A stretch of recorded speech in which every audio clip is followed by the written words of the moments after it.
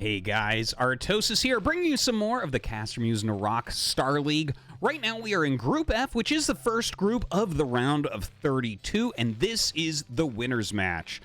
Two of the better players, in my opinion, in the tournament playing here. Mind, a legend from StarCraft 1. So happy to see him active here again in the top right of Odyssey. And down in the bottom left, we have ZeloT, by far the most aggressive player amongst all pro gamers. And you know what? He definitely showed it in that last game. A very, very quick one against the newcomer in Invade, taking that down almost immediately.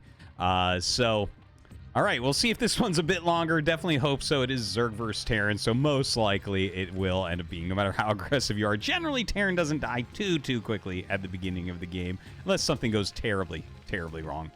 Now, before we get too far into this, I do want to just mention again, a big thanks to CasterMuse for putting on the CasterMuse Narak StarLeague. Absolutely loving it. This is best of ones right now, right? We are in the round of 32, and this is all best of one group format. Top two go forward. It's kind of like GSL style groups, right? Where the winners play the winners, the losers play the losers, then there's a final match.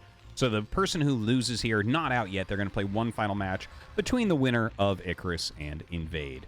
Hope that you guys are enjoying it. We're going to be casting every single game from this tournament, which is going to be awesome because there's a lot of games to cast. So a lot of really high-quality StarCraft coming your way. Now, if you enjoy ArtosisCasts, I do want to mention, now I do have a Patreon if you would like to support ArtosisCasts and all the other stuff I do as well. Patreon.com/Artosis. There is a link down below. If not, no problem. And a big thanks to everyone that has supported thus far. Very much appreciated. All right, so taking a look at this game, we have the Wallin from Mind. Wallin's just in general very, very smart. And no pool first or anything here from ZeloT. He is instead going for just the hatchery first. Looks like a pretty standard 2-hatch timing. The gas is actually a little bit quicker, right? So the gas timing he's going for here is normally what happens is the spawning pool finishes right around 2 minutes, 55 seconds or so, and then you start in on the layer right away. Here, he is going to be able to get the layer and Zergling speed if he wants it, and if he ends up not getting Zergling speed, which is a possibility, you can go ahead and like just have an extra gas for more mutas. Now, it does hurt your mineral income. It's a much more aggressive way to play to get this gas very quickly. And in fact, just throws down the layer. You saw that at 249. So as I mentioned, just a bit quicker than normal. And as you see, in about 5 seconds or 10 seconds, he'll be able to have enough for that speed if he wants it. But of course, against this very quick wall-in, you generally don't need speed. We see that he has started speed now, but you know, with the wall-in, as long as you play carefully as Terran, the speed is not really going to do that much. And the thing is, sometimes people get a little bit, I guess, lazy or a little bit confident, overconfident, perhaps, guys. And don't defend too hard because they have a wall. They're like, well, you're not going to Zergling Rush because I have a wall. But, you know, that could end up happening here. Like, if you only have 3 Marines standing like this and then 10 Speedlings come, they will die and you will lose the game. But I think mine's going to be fine. I'm not sure what the Zergling speed will end up accomplishing this early on. I don't think he's even going to make that many. Maybe you just pick off the SCV at that point. But the layer finishes up. Down goes the Spire. And of course, as you can see, he has sacrificed some of his economy for these Lings, for the speed upgrade, for the quicker gas. So we don't have that third hatchery yet.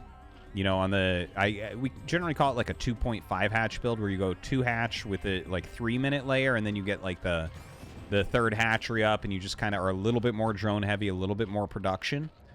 But you'd be surprised what even, you know, 10 seconds changes when the mutas get there. It really does make it a different feel, a different type of build.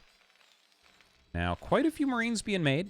This is a 2 barracks academy rush, so you see he has a fire bat as well as a medic coming out. So what's going to happen is as soon as those pop out, he's going to start walking across the map to try to make force sunken colonies. And if there was a third base, of course, he could go after that. In fact, he does start a third base over here. Kind of an interesting location, right? I guess this is a choice. Down here, not really, because you have to kill off the photon cannon, so not really a choice for early game. after the mutas are out, no problem, though. And then I guess you could go over here. I've never seen anyone take it yet, though.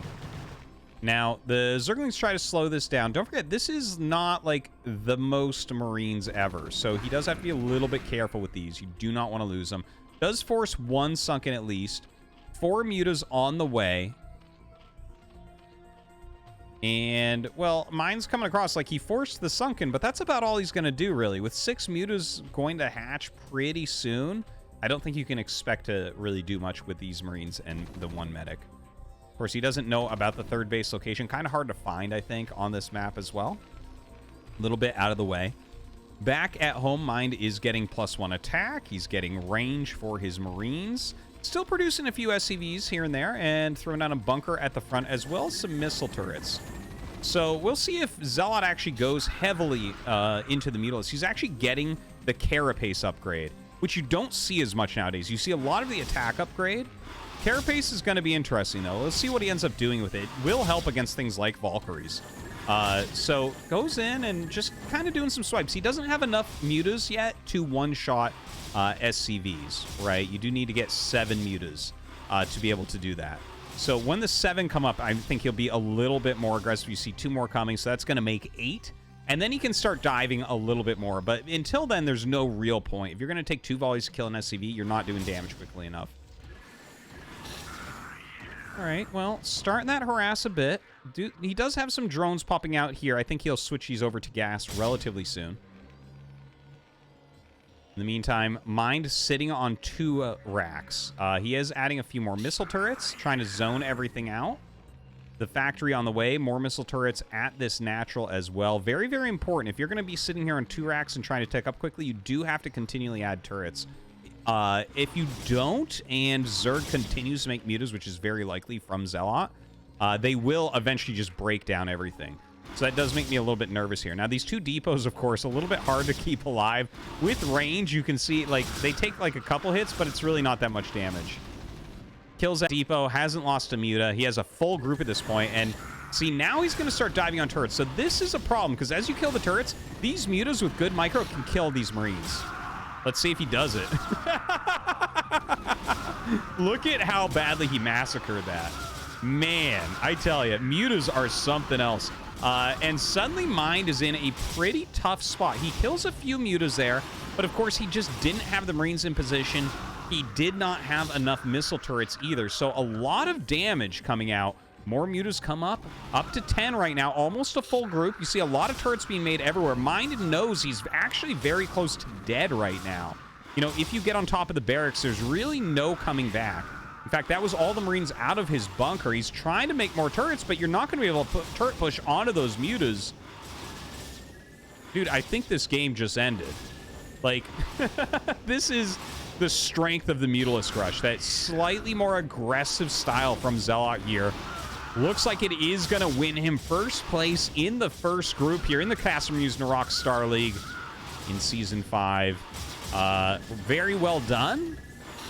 Very aggressive. The armor upgrade done now as well. Still 10 mutas here. You're popping out 2 Marines at a time. You're trying to build turrets, and none of it's going to end up working. Look at this. Just endless turrets. The starports can't be finished as well.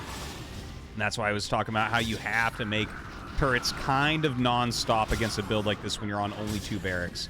You just don't have enough Marines to fight them off. You don't have enough Marines to pressure across the map either. And, oh, a little bit of a bug there. Looks like he had hold position, but they saw something they could attack, so not attacking there for a moment. And, yeah, the amount of damage is just absurd. Look, a higher drone count now for ZeloT. He's killed so many turrets at this point, so many Marines, so many medics, so many SCVs. A starport finishes, but look at this. As more mutas come in, he can actually start diving on the turrets as well. Honestly, he can send in lings. That's normally one of the finishing moves when something like this occurs, because there's nothing left. There's nothing in this bunker. And he can't even get an attacking unit to save his life at this point, literally. Cancels that second starport. The mutas pull back. This is just very momentary. He's just swapping out some of the hurt ones, making sure that he kills Mind at this point. Look at this. Dives in. Gonna easily pick off whatever's left over. Trying to get up to Valkyrie tech, which isn't like a bad idea. but it's just not going to happen. There's no way he's going to let that happen. And even if it did, he has the +1 carapace, which helps out immensely. GG! ZeloT wins Group F.